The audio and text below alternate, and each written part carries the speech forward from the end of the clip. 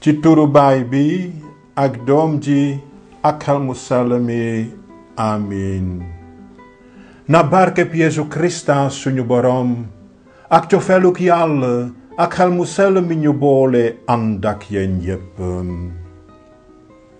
mbokk yi di seetaan Laudemus Dominum ci rajo Dunya Vision maa ngi leen di nuyu yéen yépp, mag ak ndaw, góor ak jigéen. aji ngëm yi dañuy nemmeeku ni leen Yàlla ëmbee barkeem. loolu lañu gëm ñun itam ci mbirum émission yi ñu mën a def ànd ak yéen. nañu wóor ne tout est grâce, lépp barke la. lu jiitu tey ñu ngi ci ñeenteelu dibéeru Lawang ci atum jàngu bi B, dans l'année liturgique B. jege nañu xew mu màgg mi di xewum juddub suñu boroom Yeesu, xew mi ñuy baaxoo tuddee Noël. àggaguñu ci doonte sax suñu xel a ngi ci ba pare. ci l'évangile dibéer bi jàngu bi dafa ñuy boole ki ci gën a am solo gannaaw Yeesu, xale bi nara juddu, maanaam ndeyam Mariama. Yàlla ci jëmu malaaka ma Gabriel dafa ko yégal ne dina doon ndeyu doomu aji kawe ji.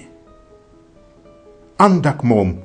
nañu waaj dikkub suñu musalkat ba mën ko teral ci suñu biir. ñaareelu wàll wi di njàngale mi. tey ni yoon yi weesu dinañu teralaat l'abbé Alphonse Seck ngir mu tënkal ñu ak firi ñetteelu xaaj bi ci bataaxal bi ñu Pape François yónnee tuddee ko Amoris Laetitia, la joie de l'amour, mbégtem cofeel. turu xaaj boobu moo di ci tubaab le regard posé sur Jésus, la vocation de la famille. ci wolof nañu xool Yeesu, wooteeb njaboot gi. nañu ko déglu. ci wàllu prier avec les psaumes dinañu ñaanandook yéen psaume 89. dale ko bu yàgga yàgg Yàlla dig na Israël dige bu xóot. Israël di xeet wi mu tànn ngir mottali mébétu cofeelam, son dessein d'amour. dige boobu mottali na ko ci juddub Yeesu bi ñuy séentu. nañu wàkkirlu ci Yàlla ju takku ji. wàllu bu mujj wi di Démb ak Tey. mbokk yi dinañu wéyal suñu njàngale mi jëm ci mission bi di ko jëkkali. bii yoon Pape François dafa ñuy tegtal jikko gënal di jikkoy suufeelu, l'humilité dans la mission. dafa ñuy boole it ak Mariama mi di ndey ji di siiwal l'évangile bi, la mère de l'évangélisation. nañu ci bàyyi xel.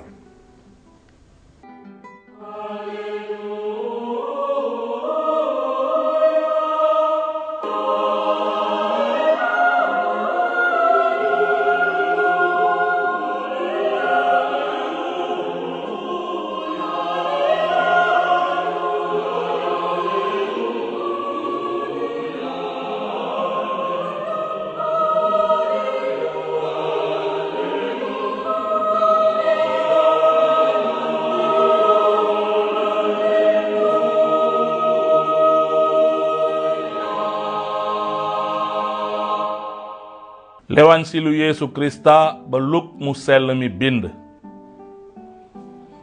Yàlla dafa yónni malaaka ma Gabriel ci ab dëkkub Galile bu tudd Nasaret ci ab jànq bu ñu mayoon waaju bokk ci kërug Dawid tudd Yosef. ndaw si moom Maryaama la tuddoon. malaaka ma dikk ba fa moom ne ko, jàmm nga am ku fees ki ak yiw, borom baa ngeek yow. waaye mu jaaxle lool ci wax jooju, di laaj boppam lu nuyoo boobu mën a tekki. noonu malaaka mi ne ko, bul ragal Maryaama,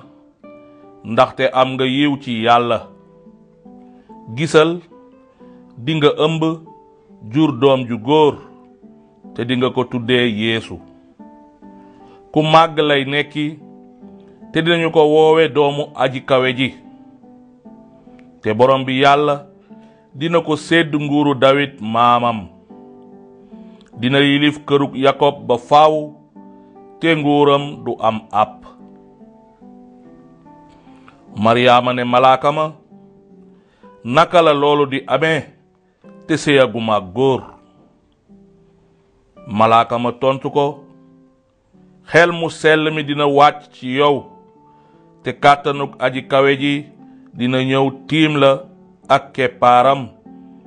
moo tax xale bi juddi ji dina sell, te dinañu ko woowe doomu yàlla.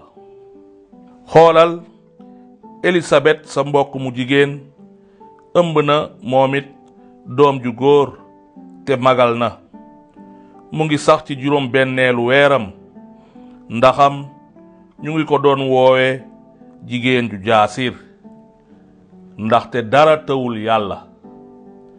noonu Maryaama ne, maa ngi jaamu borom bi laa, li may dal na am ni nga ko waxee.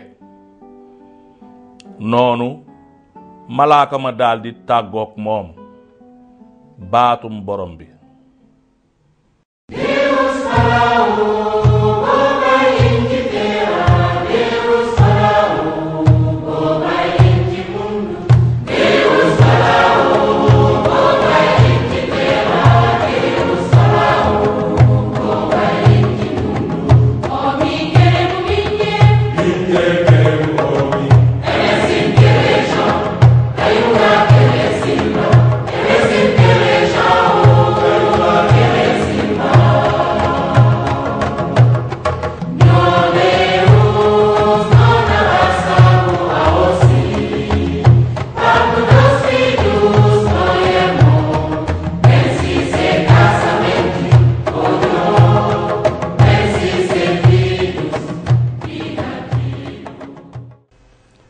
mbokk yi ñu seetaan, ñu ngeeti nii ngir am jàngale mu bees, am jàngale mu jëm ci bataaxal bi Pape François bind ci mbirum jaboot ak sëy bi. ni ngeen ko gisee itam, l'abbé Alphonse Seck dafa ñu wéy a dimbali ngir loolu. ñu ngi bëgg a dugg ci ñetteelu néeg bi, troisième chapitre de cette lettre. te pape bi tudde na néeg boobu le regard posé sur Jésus, la vocation de la famille. ma sotti ko ci wolof. nañu xool Yeesu, wooteeb njaboot gi. ngir ubbi buntuk néeg bi, bëgg naa leen jàngal li pape bi wax ci article 60. nee na, dinaa tënk njàngaleem bi jëm ci sëy bi.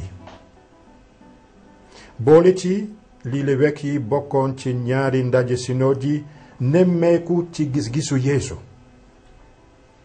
moom Yeesu xoole na aji sëy ñi, góor ak jigéen, ak bëti yërmande, muñ ak dëgg. te fàttewul ndigal yi ànd ak nguuruk yàlla gi. suñu duggee ci néeg bi, ñetteelu néeg bi, ndànk-ndànk l'évangile de la famille, l'évangile njaboot gi ñu Yeesu di yégal dina feeñ. Abbé Alphonse, ndax mën nga ñu dimbali ci ñetteelu néeg bi. jërëjëf Père Herman. Pape François dafa jàpp ne njabootu chrétien kumpa la te mu ñu mën a firi kumpa googu il faut ñu leerale ko coofeel gu amul dayo gi nekk ci baay bi te mu feeñal ko ci Krista mi di doomam kiy jébale dundam ba mu jeex te dunda suñu biir mu fàttali li nga xam ne moo xóot a xóot ci ngëmu chrétien bëgg ñoo won ne Yesu Krista ci boppam ñëw na ci àdduna si ñëw na dundu njaboot dee na dekkaliku na te mu ngi dund te dund googu Krista di dund mu ngi koy dund tamit ci biir njaboot yi pap bi ci wàllu wi seet na li jàngu bi mos di jàngale ci wàllu sëy ak wàllu njaboot rawatina ndaje concile Vatican II boole na tamit xalaat bi nga xam ne moom la l'évêque yi xalaat ba mu leen wooye ci ñaari ndajewu synode yi ñoo tudde bi ñoo tàmbalee suñu waxtaan bu njëkk ba waaye li mu bëgg a gën a wone mooy nañu xoole Yeesu pour xàmmee ci moom Yeesu naka la xoolee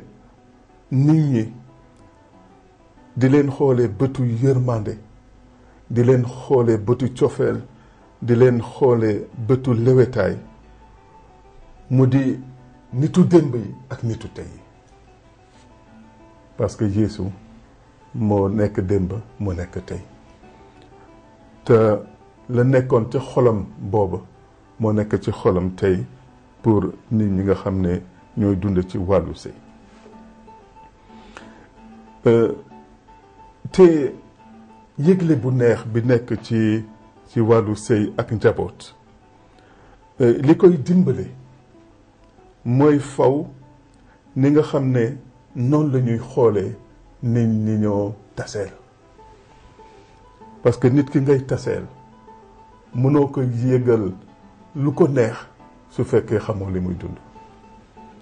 li muy dund mooy tax sa yëgle doon lu neex ci moom am déet te pap bi tamit bëgg a wone ne dañoo war a yëgle l'évangile lu njaboot gi maanaam xibaar bu neex bi nekk ci njaboot te ci loolu Yeesu bàyyiwuñu waaye mu ngeeg ñu te pap bi li mu jublu ci néeg bi ñuy jéem a firi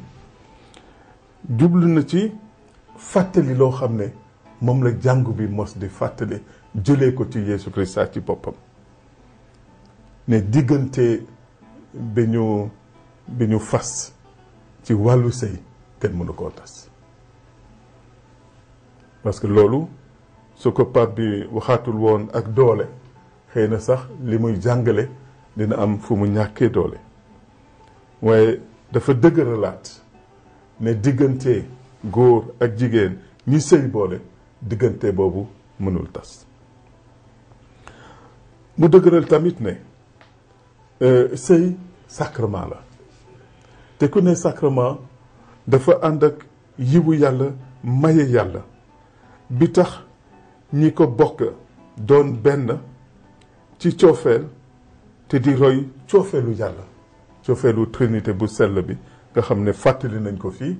mu di coofeelu baay bi doom ji ak xel mu sell bi te loolu yëpp ngir njaboot gi mën a séede coofeelu yàlla te mën a séede tamit dund boo xam ne dundu bokk benn xol la ak bokk lépp am na lu ñu mën a jëlee ci histoire u Yeesu ci boppam ndax wax naa ko léegi Yeesu doomu yàlla la bi def boppam nit te ba mu defee boppam nit juddu na ci benn njaboot xam nañu baayam ak ndeyam te gis nañu lépp li nga xam ne moo ëmb juddu Yeesu boobu ñi ko séede ñi ko fekkee ak li mu def ci ñoom loolu yëpp di wone ne kumpu Yeesu ak kumpu njaboot gu sell gi nga xam ne ci la juddu nekk na loo xam ne njàngat la ci njaboot yu tey nga xam ne ñoom itam même ci seen biir jafe-jafe am nañu fu ñu mën a xool ba mën a continuer seen yoon. mën naa wax ne néeg bii ñu dugg néegu jàngale la. Pape bi di fàttali di jàngu bi di jàngale ci wàllu sëy ak ci wàllu njaboot di jàngale tamit lu jëm ci woote yàlla ci njaboot li yàlla nama ci njaboot mu di yëgle bi nga xam ne moom la njaboot war a yëgle ci biir àdduna si te li nga xam ne noonu la jàngu bi doxalee mbirum sëy wax naa ko léegi lu jëm ci li nga xam ne sëy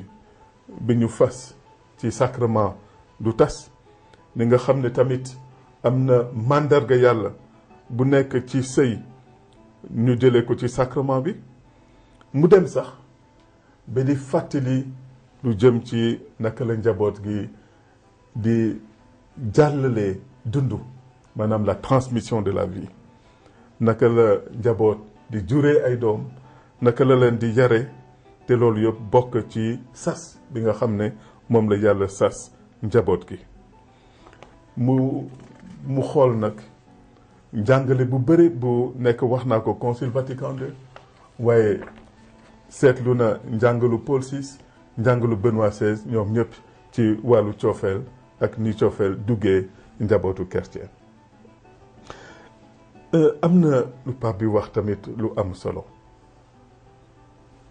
xëy na léeg-léeg ñu taseek njaboot yoo xam ne xëy na li ñu dund yeggagul fi ko jàng bi bëggee wala fi ko yàlla bëggee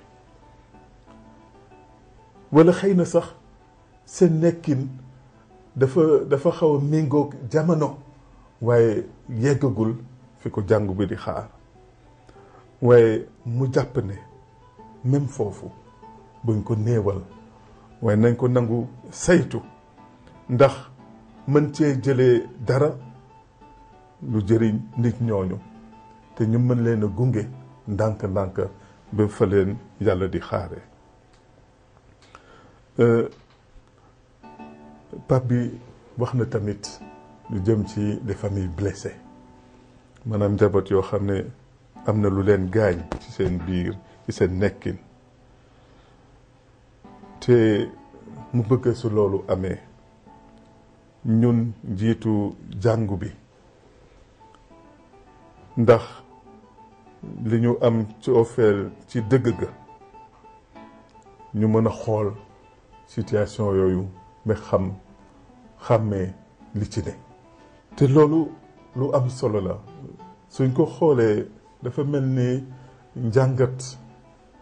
bu xóot bi nga mën a jëndee ci bataaxal bi bokk na ci li Pape bi di woy discernement maanaam di xool ci situation yi ba xam loolu yëpp naka la demee ndax ñu mën a jubantiil ndax ñu mën a accompagner te foofu lay jeexalee moom ci boppam def na ko dafa fàttali li jàng bi di jëmantal nit ñi mais nee nañu moytu di daan nit ñi ci kaw li ñuy gis parce que souvent situation yi nit ñi nekkee dafa di situation yu jafe-jafe dafa laaj ñu di xool bu baax mën a xam lan la nit ñi di dund mën a xam lan mooy seen coono ñun chrétien au Sénégal Pape François wax na ko sëy dafay boole nit ñi ñu bokk dund bokk coofeel mu di lu baax ci ñi sëy te seen diggante ci seen wàllu sëy Pape bi fàttali na ko lu ci bokk la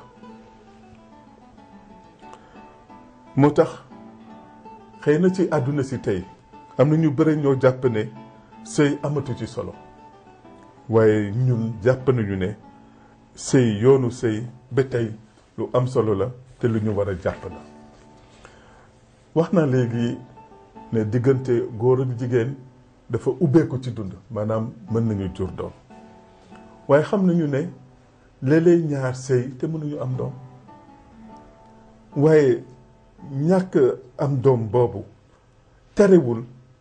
li ñu gis te séentu ko ci sëy nekk ci ba léegi te li tax man may fàttali loolu ñun chrétienu Sénégal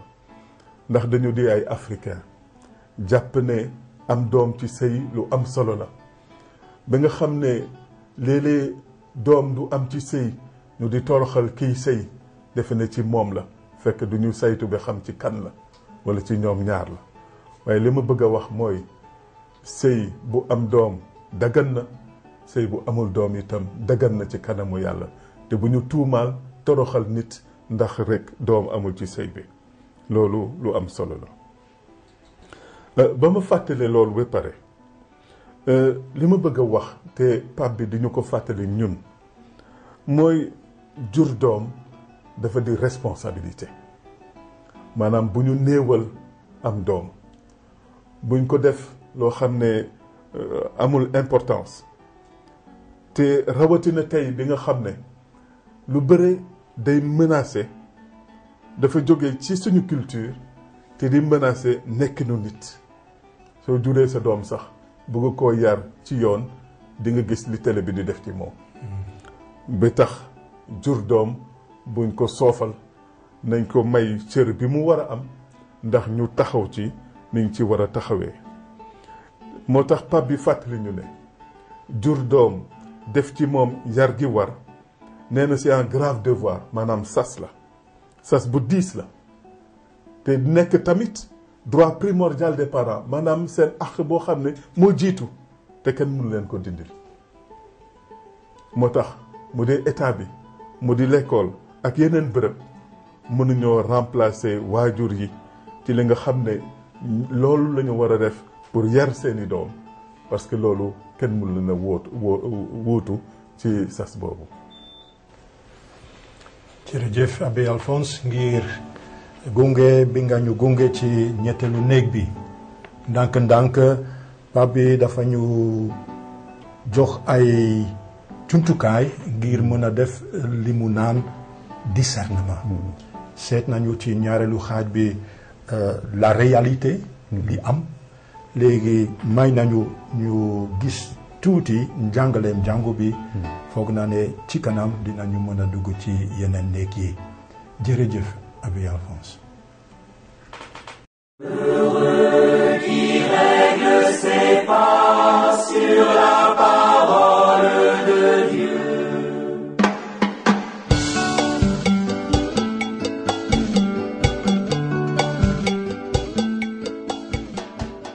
mbokk yi l'Abbé Alphonse Seck firil nanu ci lu gàtt ñetteelu xaaj bi ci bataaxal bi ñu Pape François yónnee di Amoris Laetitia mbégteem cofeel gi ci xaaj bi pape bi dafa ñuy booleek Yeesu looloo tax mu tuddee ko le regard posé sur Jésus,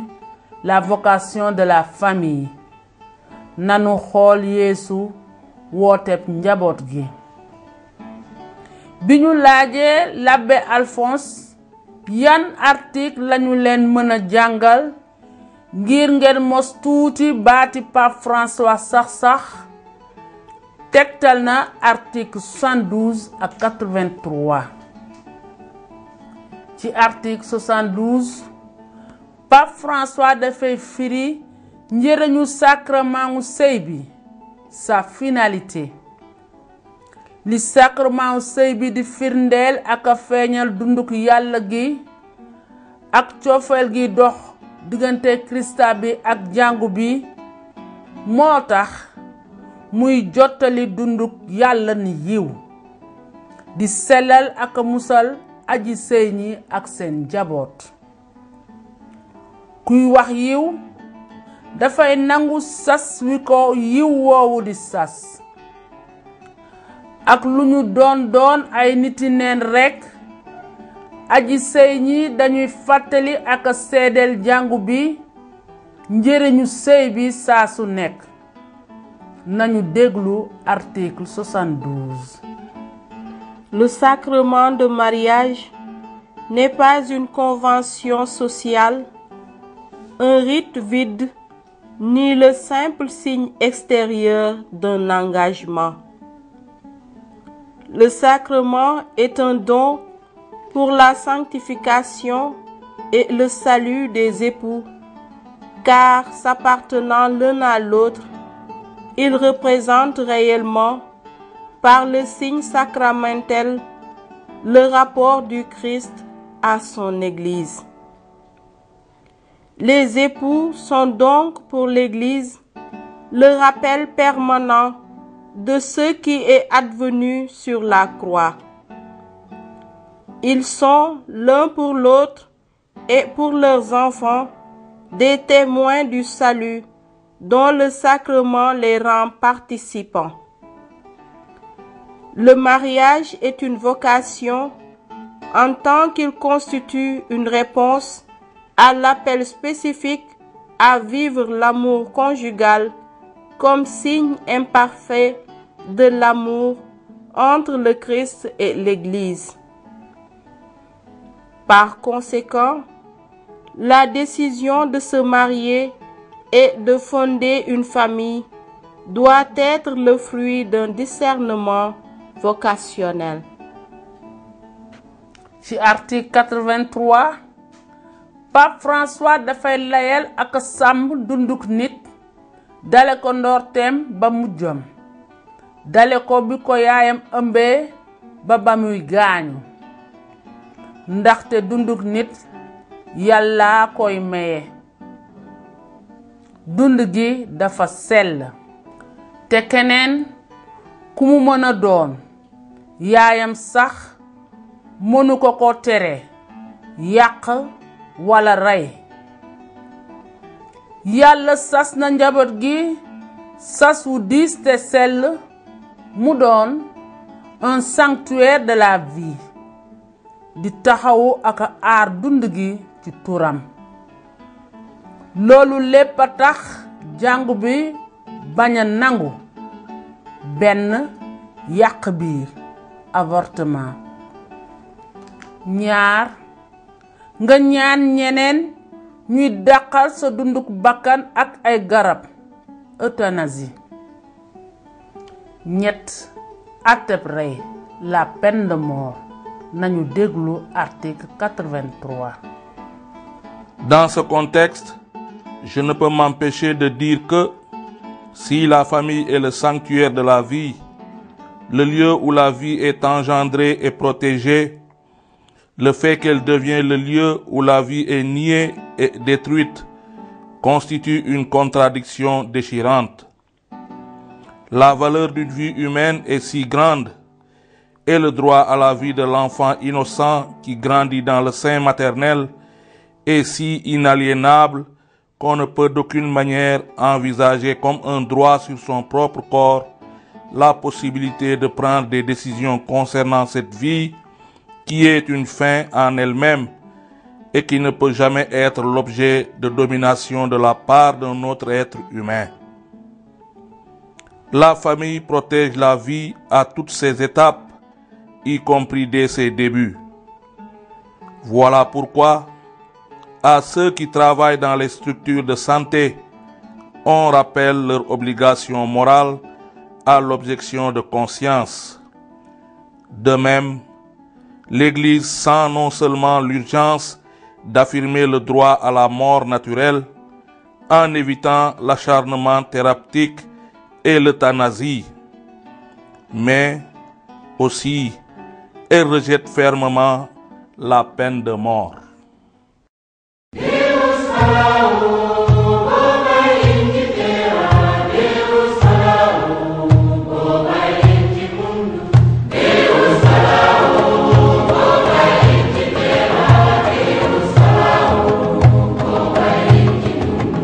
Omni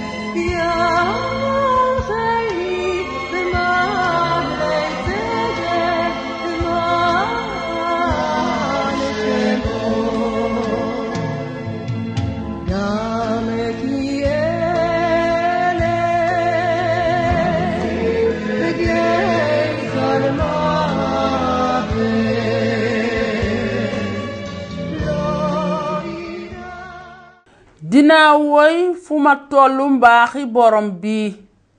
sama gémmiñ dina xamle sa njub ba faw waaw maa ko wax sa mbaax sancu na ba faw ca asamaan nga sanc sa njub taq naa kóllëre ki ma fal waatal naa Dawid sama surga dinaa dëgëral sa awskan ba faw dinaa saxal sa ngàngune ba abada bare na muur mbooloo mi mën a màggal borom bi dina dox ci sag leeraayu kanam ngir sa tur dinañu fecc ak bànneex bëccëg bi bépp sa njubte moo leen di siggilloo waaw yaa di seen doole ji amul moroom yaa ñuy farle siggilloo suñu jë suñu yiirukaay a ngi ci loxol borom bi suñu buur ci loxol ku selluk Israyel ki bés wax nga ak say xarit ci ab janeer ne leen taxawu naa jàmbaar tànn naa ab ndaw ci sama biir mbootaay gis na Dawid suma bëgg nekk diw naa ko ak suma diw gu sell gi sama loxo ngi tegu ci moom ba faw te suma loxo dina dëgëral fitam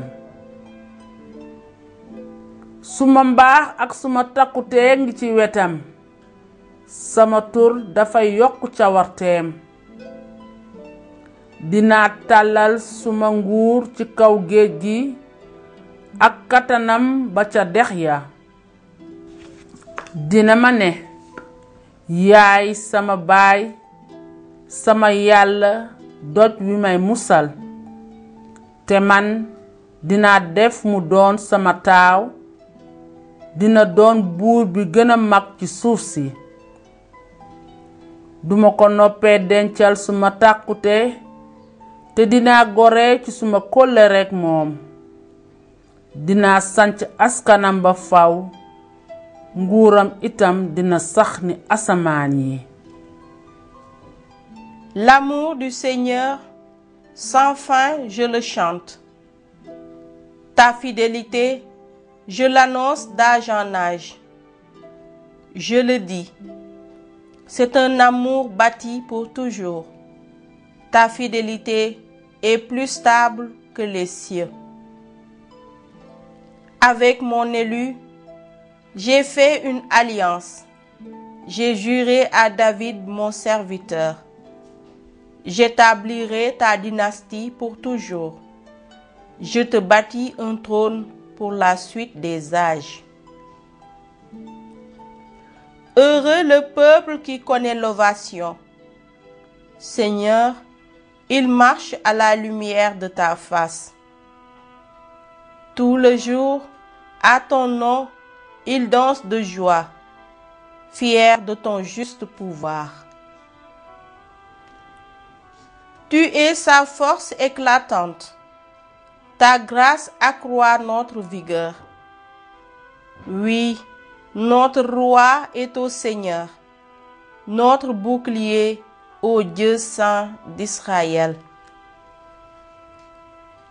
Autrefois,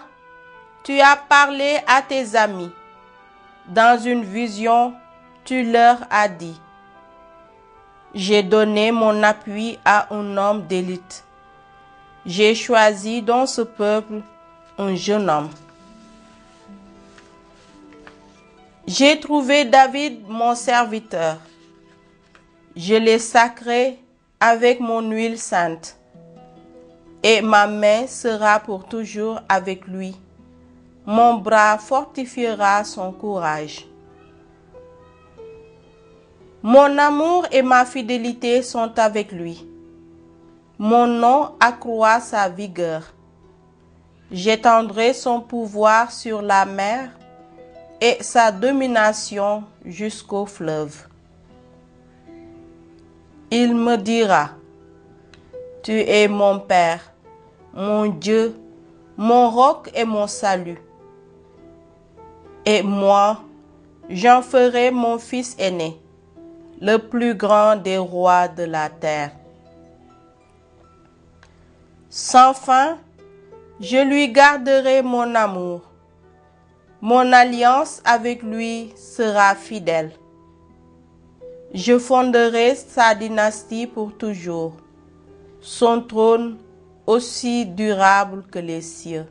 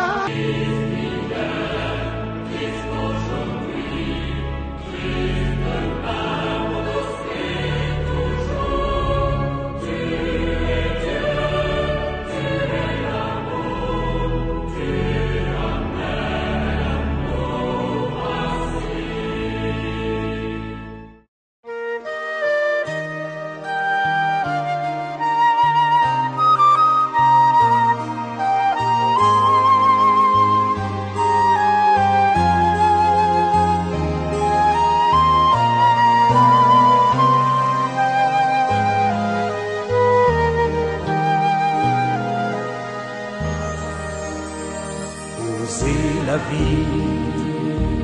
venir au jour, oser encore vivre l'amour et croire au retour du printemps, tendre une main vers un enfant, ouvrir la porte de son cœur à ceux qui souffrent et qui peinent et que la haine a repoussé. Tendre l'oreille à la clameur de ceux que l'injustice enchaîne et crie leur soif de liberté. Oser la vie, au jour, oser encore vivre d'amour et croire au retour du printemps, tendre une main vers un enfant, savoir ouvrir les poings serrés. mbokk yi waxtuy njàngale di waxtuy catéchisme jot na tey itam dinañu wéya jàngale lu jëm ci li ñu naan ci tubaab la mission muy sas wi ñu yàlla di sas topp di ñu ko sasati benn chrétien mënu ko daw du càgganu mën nañu ko mottali am bañ ko mottali yaa xam déedéet li may gën a dund ak fonk suma ngëm gën di yëg ni ma yàlla di yónnee en mission gëm gi ma dul yónni du ngëm guy dëgg njàngale yi jëm ci la mission tàmbali nañu leen dale ko fukkeelu fan ak ñaar ci weeru nowambar léegi am na 3 émission saa su nekk rooti nañu ci xibaar bi ñu Pape François yónnee ren ngir xelal ñu ci weeru mission bi tuddee na xibaaram boobu la mission au cœur de la foi chrétienne maanaam mission bi ci yaxu ngëmu chrétien ngir xóotal ak dëgëral suñu ngëm ci mission bi notre conviction missionnaire Pape François laaj na ñuy xalaat ak gëstu ci 3 laaj. laajam bu jiitu bi moo doon quel est le fondement de la mission yónni nu yeboo génn ci lan la sukkandiku li mu ci tontu tënk na ko ci tur wi mu bind ci boppu pàcc mu jiitu mi naan la mission est le pouvoir transformant de l'évangile du Christ, chemin,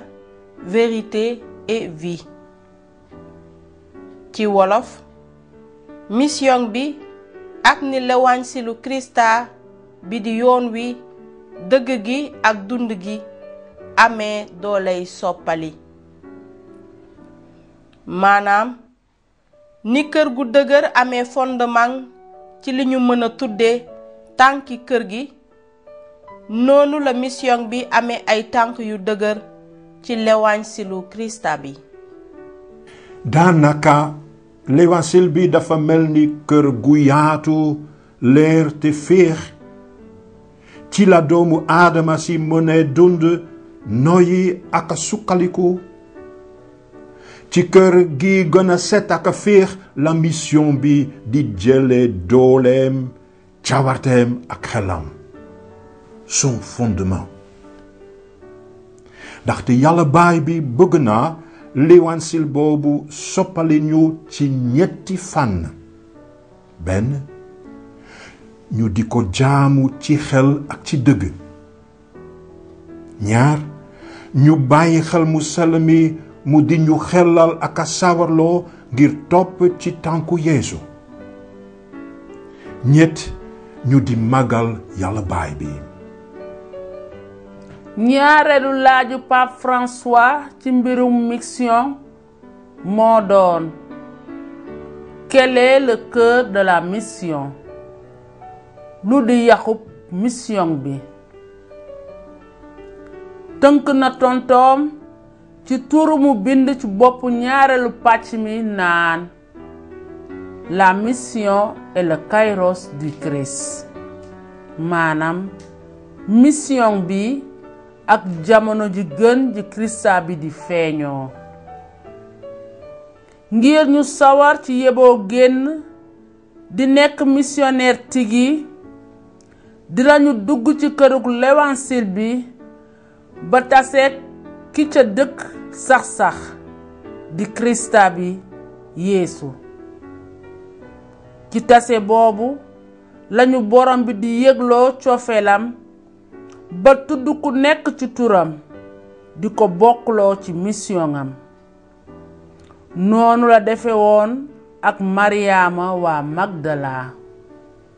Yeesu mi dekkaliku moo di jëfkat bu jiitu bi l'acteur principal de la mission waaw moo di xolub mission bi l'envoyé de Dieu le missionnaire bi mët nu mu nuy bokkuloo ci sasam ci mission am dafa nuy bokkuloo moom jaarale ko ci 3 sacrement yu jiitu yi baptisé bi confirmé bi ak l'eucharistie bi ci baptisé bi dugal nanu ci dund gu bees gi nu bokk ak moom jaarale ko ci confirmé bi xelam mu sell mi dafa nuy feddali di nu won yoon wi ndax nu doon ay seedeem ci l'eucharistie bi Yeesu dafay sàmm kóllëreem ak nun di nu dundale boppam wax dëgg yaxub mission bi le cœur de l'opération missionnaire moo di Yeesu Krista bi dekkaliko. ñetteelu laaju Pape François ci mbirum mission bi moo doon: quelles sont les attitudes vitales de la mission? yan jikko yi mënula ñàkk ñoo wara ànd ak mission bi? ci boppu ñetteelu pàccum xibaaram bind naa: la mission inspire une spiritualité d'exode continuel, de pèlerinage et d'exil. ci wolof, mission bi dafay ubbi ak a leeral suñu xel, inspire une spiritualité ndax ñu di wéy a génn ci suñu àddina su xat, spiritualité d'exode continuel, mel ni ñuy dem pèlerinage ak gàddaay, spiritualité de pèlerinage et d'exil. Les attitudes vitales, jikko yu mënula ñàkk ci dund ak mottali suñu mission ñoo di jikkooy génn dem pèlerinage ak gàddaay. benn jikkoy génn topp di génn ci dundin gu nooy ngir tase ak ñi soxla leeruk l'évangile bi. ñaar jikkoy dem topp dem pèlerinage bi lay puus ngay fekk ñi xiif te mar dëgg gi ak njubte gi. ñett jikkoy gàddaay ngir tegtal doomu aadama bi namm yàlla yoon wu koy yóbbu fa mu mën a dal ba faaw. chrétien bu nekk ku mu mën a doon, lu mu mën a def ni liggéeyam, fu mu mën a nekk, mag ak ndaw, góor ak jigéen,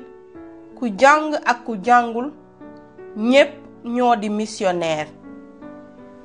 ndaxte dañu bokk ak Krista bi jaarale ko ci ñetti sacrement yi mu leen bokkulook moom mi di le missionnaire par excellence.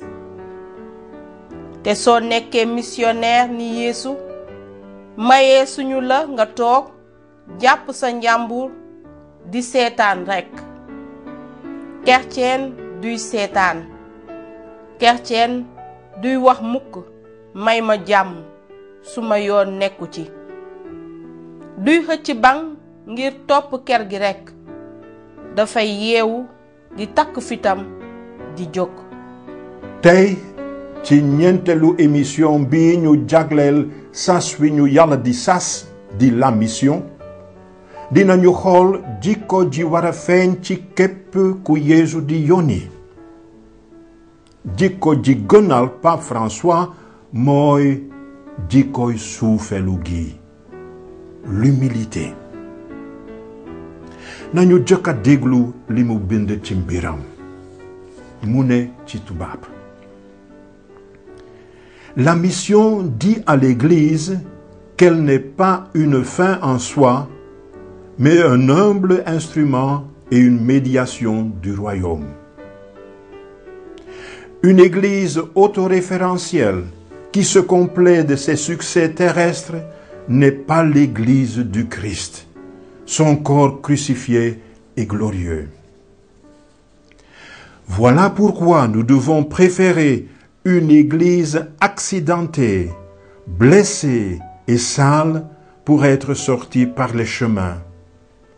plutôt qu'une Église malade de la fermeture et du confort de s'accrocher à ses propres sécurités. nañu tënk léegi xalaat yi Pape bi wax ci mbirum jikkooy suufeelu di jàng bi war a mottalee mission bi. bu jàngu bi di xool mission bi ko borom bi sas, dina xam ne du jàngu ngir neexal boppam ak wut ndamal boppam ak njëriñam. su doonee noonu, du jàngub Krista bi, du yaramam wañu daaj ca croix ba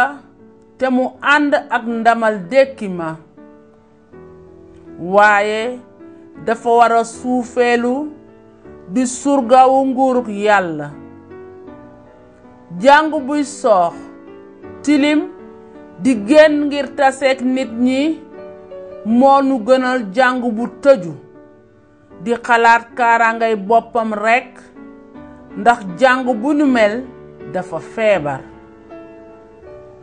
mbokk yi ndax dégg nañu kàdduy Pape François yu leer yii te ànduñoo benn sikki sàkk maanaam jàngu biy soox tilim di génn ngir taseeg nit ñi moo ko gënal jàng bu tëju di xalaat karangay boppam rekk. Il préfère une église accidentée, blessée et sale pour être sorti par les chemins. te it ci moom mission bi am na yaakaar ndax ndaw ñi ñoo di ëllëgam Yeesu moo leen di yéem ñu bare ci ñoom dañuy yebu di surgawu seeni moroom di leen dimbali duñu toog waaye dañuy génn ngir taseeg seeni moroom yi soxla ñu déglu leen ak dimbali ci wax ak ci jëf.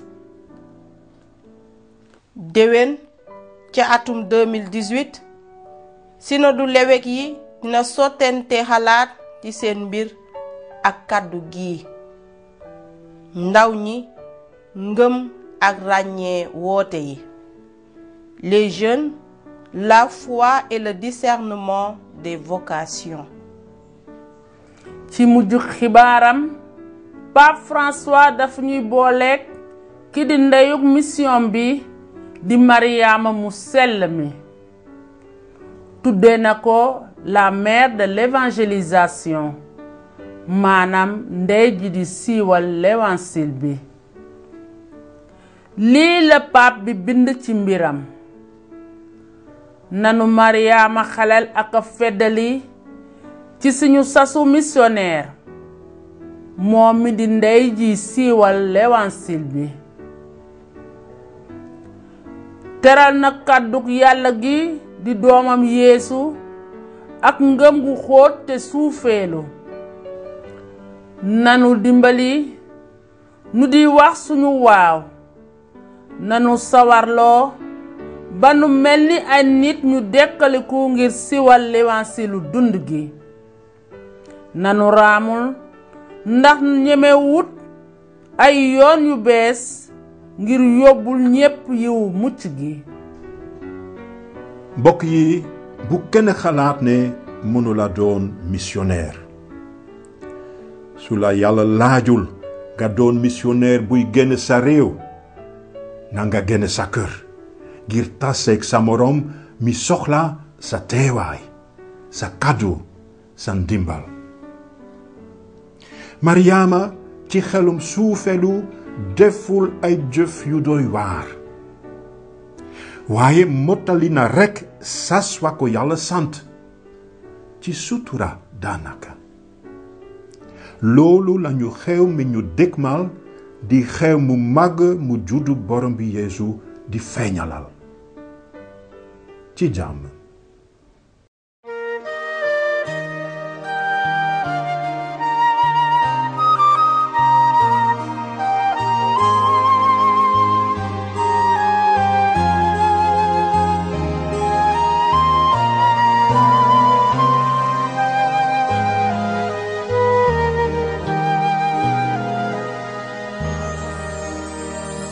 Oser la vie,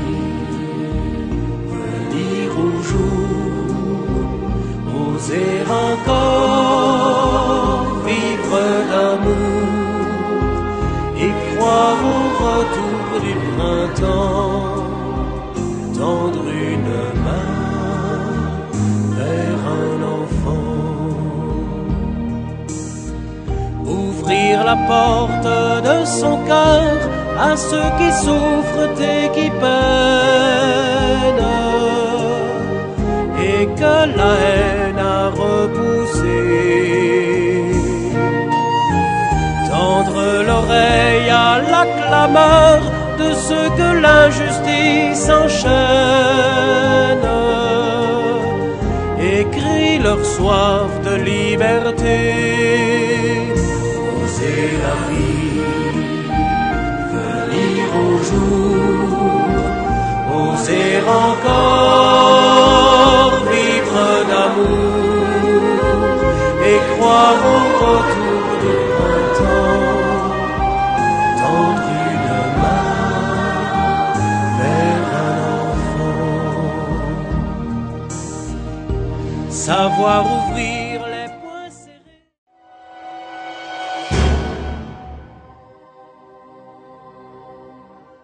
mbokk yi ñuy seetaan maa ngi leen di gërëm di leen gërëmati ngir seen muñ ak seen takkute yàlla may nañu ñu di ñëw fi yéen jaarale ko ci émission bi lu tollook juróom-ñeenti at yu mët tey ci guddi dinañu dugg ci xew mu màgg mi di Noël di xumbal xewum juddu borom bi Yeesu yërmande yàlla feeñaat ci juddu boobu nañu ko gërëm di ko sant mbokk yi ci turu ñi liggéeyandook man ci émission bi ak ci suma turu bopp maa ngi leen di yéene jàmm ak baneex yi bawoo fa yàlla na yërmandeem gën a feeñ ak siiw ci suñu diggante ak ci njaboot yi ci gox yi ak ci dëkk yi yépp na barkeb yàlla wàcce ci suñu réew déwénati